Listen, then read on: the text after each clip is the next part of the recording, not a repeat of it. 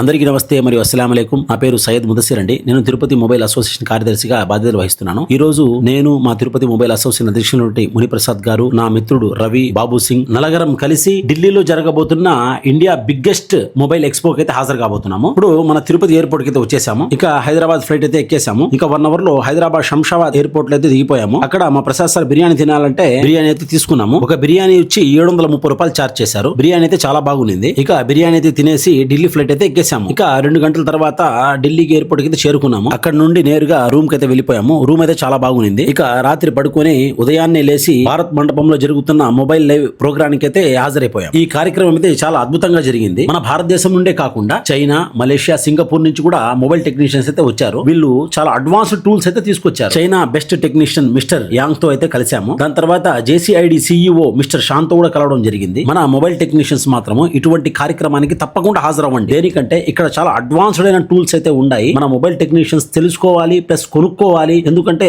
మనకన్నా చైనా వాళ్ళు చాలా అడ్వాన్స్ గా ఉన్నారు. దయచేసి ఇలాంటి కార్యక్రమం ఎక్కడ జరిగినా తప్పకుండా హాజరవ్వండి. మేము కూడా కొన్ని టూల్స్ తీసుకుని రూమ్ కి అయితే వెళ్ళిపోయాము. ఇక రూమ్ కి వెళ్ళి మన బ్యాగ్స్ అయితే తీసుకుని రాజస్థాన్ లో ఉన్నటువంటి జైసల్మీర్ కి వెళ్ళడానికి రైల్వే స్టేషన్ కి అయితే వెళ్ళిపోయాము. నెక్స్ట్ వీడియోలో మళ్ళీ కలుసుకుందాం. మన పేజ్ ని ఫాలో మరియు సబ్స్క్రైబ్ చేసుకోండి. జై హింద్.